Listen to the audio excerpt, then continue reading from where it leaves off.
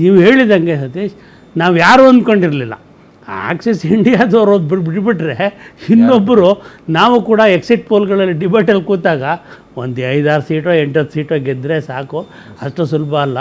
ನಾವು ಏನು ಮಾಡ್ತಿದ್ವು, ಕಂಪೇರ್ ಮಾಡ್ತಾಯಿದ್ವು ಅಂದರೆ ರಜನಿಕಾಂತ್ ಕೈಲೇ ಪಾರ್ಟಿ ಫ್ಲೋಟ್ ಮಾಡೋಕ್ಕಾಗಿಲ್ಲ, ಕಮಲ್ ಹಾಸನ್ ಮಾಡಿ ಕೂಡ ಅವರೇ ಗೆಲ್ಲೋಕ್ಕಾಗಿಲ್ಲ ಅಂಥದ್ದೆಲ್ಲ ಇದೆ. ತಮಿಳ್ನಾಡು ಜನ ಸ್ವಲ್ಪ ದ್ರಾವಿಡ ಇದರಲ್ಲೇ ಹೋಗ್ತಾರೆ. ಇಲ್ಲೇನಂದರೆ ಇವರು ವಿಜಯ್ ಕೂಡ ಏನು ದ್ರಾವಿಡ ಆ ಕಲ್ಚರು ಮತ್ತು ಐಡಿಯಾಲಜಿ ಇದಿಲ್ಲ, ಅದನ್ನು ಬಿಟ್ಟೇ ನೀಚೆ ಬಂದಿಲ್ವಲ್ಲ. ಹಂಗಾಗಿ ಬಹುಶಃ ಜನರಿಗೆ ಅಪೀಲ್ ಆಗಿದ್ದು ಒಂದು. ಮತ್ತು ಅವ್ರು ಕೊಟ್ಟಿರೋ ಇದೆಯಲ್ಲ ಆಶ್ವಾಸನೆಗಳು, ಅದನ್ನು ನೋಡಿಬಿಟ್ರೆ ನೀವು ಅದು ಏನಪ್ಪ ಯಾವುದ್ರಲ್ಲಿ ಒಂದು ಮಾಡಿದ್ರೂ ಅವರು ಇನ್ನೊಂದು 10-15 ವರ್ಷ ಅಧಿಕಾರದಲ್ಲಿರ್ತಾರೆ ಅನ್ನೋ. ಹಂಗಾಗಿ ಜನರಿಗೆ ಅವರು ಒಂದು ಆಲ್ಟರ್ನೇಟಿವ್ಗೋಸ್ಕರ ಕಾಯ್ತಾಯಿದ್ರು. ಅದನ್ನು ವಿಜಯನಲ್ಲಿ ಕಂಡಿರ್ಬೋದು ಒಂದು. ಮತ್ತು ನನಗೆ ನೋಡಿದಂಗೆ ಆ ಧರ್ಮಾವರಂ ಬೆಲ್ಟಲ್ಲಿ ಎಲ್ಲಿ ಇವರು ರಾಮದಾಸ್ ಇನ್ಫ್ಲೂಯೆನ್ಸ್ ಇತ್ತಲ್ಲ, ಅದನ್ನು ಚೆನ್ನಾಗಿ ಮಾಡಿದ್ದಾರೆ. ಈ ಸೌತ್ ತಮಿಳ್ನಾಡಿನಲ್ಲಿ ಅಳಗಿರಿ ಇನ್ಫ್ಲೂಯೆನ್ಸ್ ತುಂಬ ಇತ್ತು. ಸ್ಟ್ಯಾಲಿನ್ ಅವರು ಅಳಗಿರಿ ಮಗನಿಗೆ ಟಿಕೆಟ್ ಕೊಡಲಿಲ್ಲ, ರಿಜೆಕ್ಟ್ ಮಾಡಿದ್ರು, ಅವ್ರ ಹತ್ರನೂ ಸೇರಿಸ್ಕೊಂಡಿಲ್ಲ. ಅವ್ರ ಕೋಪ ಇತ್ತು. ಬಹುಶಃ ಅವ್ರ ಫ್ಯಾಕ್ಟ್ರಿ ಇವ್ರಿಗೆ ವರ್ಕ್ ಆಗಿರ್ಬೋದು. ಚೆನ್ನೈ ಸರ್, ಚೆನ್ನೈ ನಿಮ್ಗೆ 28 ಕಾನ್ಸ್ಟಿಟ್ಯೂನ್ಸಿಯಲ್ಲಿ 2 ಬಂದಿರೋದು DMKಗೆ, ಇನ್ನು 26 TVK. ಹೌದು, ಅಲ್ಲಿ ಅಂದರೆ ನಿಮಗೆ ಇಡೀ ನಿಮಗೆ ಎಂಟೈರ್ ಅರ್ಬನ್ ಬೆಲ್ಟಲ್ಲಿ ಅವರು ತುಂಬ ಒಳ್ಳೆ ಪರ್ಫಾರ್ಮೆನ್ಸ್ ಮಾಡಿದ್ದಾರೆ. ಒಂದು 17% ಅವರ ಕ್ರಿಶ್ಚಿಯನ್ ಕಮ್ಯುನಿಟಿ ಜೊತೆಗೆ ದಲಿತರು, ಮುಸ್ಲಿಮ್ಸು, ಹೀಗೆ wide cross section of people support ಮಾಡಿಬಿಟ್ಟಿದ್ದಾರೆ. ಅವ್ರಿಗೆ ಮೆಜಾರಿಟಿ ಏನು ಮಾಡೋದು ತುಂಬ ಸುಲಭ.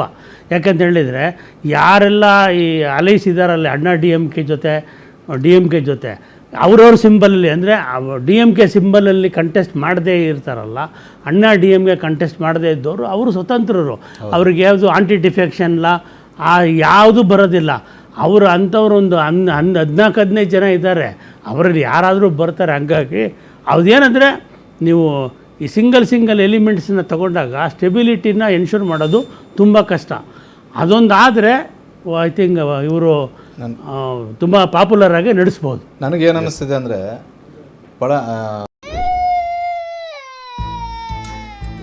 ನಿಮ್ಮ ಮಗು ಅಳ್ತಿದ್ಯಾ? ಹಾಗಾದರೆ ನಿಮ್ಮ ಮಗುವಿಗೆ ಜೀನಿ ಸರಿ ಇಟ್ಕೊಡಿ. ಯಾಕಂದರೆ ಜೀನಿ ಸರಿ ಇಟ್ಟು ನಿಮ್ಮ ಮಗುವಿಗೆ 100% ಸರಿಯಾದ ಆಹಾರ. ನಿಮ್ಮ ಮಗು ನೆಮ್ಮದಿಯಾಗಿ ನಿದ್ದೆ ಮಾಡಬೇಕಾ, ದಷ್ಟಪುಷ್ಟವಾಗಿ ಬೆಳಿಬೇಕಾ? ಹಾಗಾದ್ರೆ ಜೀನಿ ಸರಿ ಇಟ್ಟು ಕೊಡಿ. ಎಲ್ಲಾ ಮೆಡಿಕಲ್ ಶಾಪ್ಗಳು, ದಿನಸಿ ಅಂಗಡಿಗಳು, ಸೂಪರ್ ಮಾರ್ಕೆಟ್ಗಳಲ್ಲಿ ಲಭ್ಯ. ಜಯಲಲಿತಾ ಹೋದ ಬಳಿಕ AIADMKಗೆ ದೊಡ್ಡ ಮಟ್ಟದ ಸಮಸ್ಯೆ ಆಗಿದ್ದು ನಾಯಕತ್ವದ ಕೊರತೆ. ಅದು ಪಳನಿಸ್ವಾಮಿಯಿಂದನೂ ಆ ಗ್ಯಾಪ್ ತುಂಬಕ್ಕಾಗಲಿಲ್ಲ, ಪನ್ನೀರ್ ಸೆಲ್ವಂ ಗಲಾಟೆ, ದಿನ ಬೆಳಗ್ಗೆ ಎದ್ರೆ ಈಗ ಕರ್ನಾಟಕದಲ್ಲಿ ಯಾವ ರೀತಿ ಇದೆಯೋ ಅಲ್ಲೂ ಕೂಡ ಅದೇ ರೀತಿಯಲ್ಲಿತ್ತು. ಮತ್ತೊಂದು ಕಡೆ DMKಗೆ 5 ವರ್ಷ ಅವಕಾಶ ಕೊಟ್ಟರು. ಅದನ್ನು ಪ್ರೂವ್ ಮಾಡ್ಕೊಳ್ಳೋದಕ್ಕೆ ಮತ್ತೊಮ್ಮೆ ನಾವು ಅಧಿಕಾರಕ್ಕೆ ಯಾವ ರೀತಿ ಬರಬೇಕು ಅನ್ನೋದರಲ್ಲಿ ಭಾಳಷ್ಟು ಓವರ್ ಕಾನ್ಫಿಡೆನ್ಸ್ ಇತ್ತು DMK ನಾಯಕರಿಗೆ ಅಂತ. ಅದರಲ್ಲೂ ಅಪ್ಪ ಮಗನಿಗಿಬ್ಬರಿಗೂ ಕೂಡ ನಮ್ಮನ್ನು ಇನ್ಯಾರೂ ಕೂಡ ಸೋಲಿಸೋದಕ್ಕೆ ಸಾಧ್ಯನೇ ಇಲ್ಲ ಅಂತ. ಯಾವಾಗ 8-9 ತಿಂಗಳ ಹಿಂದೆ ಹೊಸ ಪಕ್ಷ ಬರ್ತಿದೆ ಅಂತ ಹೇಳಿದಾಗ ವಿಜಯನ್ನ ಕನ್ಸಿಡ್ರೇ ಮಾಡಲಿಲ್ಲ. ಈ ಹಿಂದೆ ಅಲ್ಲಿ ಸಿನಿಮಾದವ್ರು ಬಂದು ಕೆಲವರು ಯಶಸ್ವಿ ಆದರು, ಕೆಲವರು ಯಶಸ್ವಿ ಆಗಲಿಲ್ಲ. ಎಲ್ಲರೂ MGR ಆಗೋದಕ್ಕಾಗೋದಿಲ್ಲ ಅನ್ನುವಂಥ ಒಂದು ಭ್ರಮೆಯಲ್ಲಿದ್ದರು. ಆದರೆ DMK ಮತ್ತು AIADMK ನಡುವಿರುವಂಥ ಒಂದು ಗ್ಯಾಪನ್ನು ತುಂಬೋದಕ್ಕೆ ಒಬ್ಬ ನಾಯಕ ಬೇಕಾಗಿತ್ತು. ಆ ನಾಯಕ ವಿಜಯ್. ಅದು ಮಹಿಳೆಯರಿಗೂ ಒಪ್ಪಿಗೆ ಆಯಿತು, ಯುವಕರಿಗೂ, ಜಂಜಿಗೆ, ಅದರಲ್ಲೂ ಎಸ್ಪೆಷಲಿ ಜಂಜಿಗೆ. ಮಾರುತಿಯವರೇ, ಸ್ಟ್ಯಾಲಿನ್ಗೆ ಬಹುಶಃ ತುಂಬ ಇದ್ದ ಮಹದಾಸೆ ಅಂದರೆ ಹೆಂಗಾದರೂ ಮಾಡಿ ನನ್ನ ಮಗನ್ನ ಸ್ಟಡಿ ಮಾಡಿಬಿಡ್ಬೇಕು, ಅದು ಬಿಟ್ಟರೆ ನನಗೆ ಇನ್ನೊಂದು ಟಾರ್ಗೆಟೇ ಇಲ್ಲ ಅಂಥೇಳಿ ಈಗ ತಮಾಷೆಗೆ ಹೇಳೋರು. ವೆಂಕಯ್ಯ ನಾಯ್ಡು DPA ಅಂತ ಮೊದಲು ಮಾಡ್ಕೊಂಡಿದ್ರು, ಅವರು ತಮಿಳ್ನಾಡು ಅಲಯನ್ಸಲ್ಲಿ DMKನವ್ರದ್ದು DPA ಅಂತ. ಹಂಗಂದ್ರೆ ಏನು ಅಂದರೆ ಡೈನಾಸ್ಟಿಕ್ ಪ್ರೋಗ್ರೆಸಿವ್ ಅಲಯನ್ಸ್ ಅಂತ.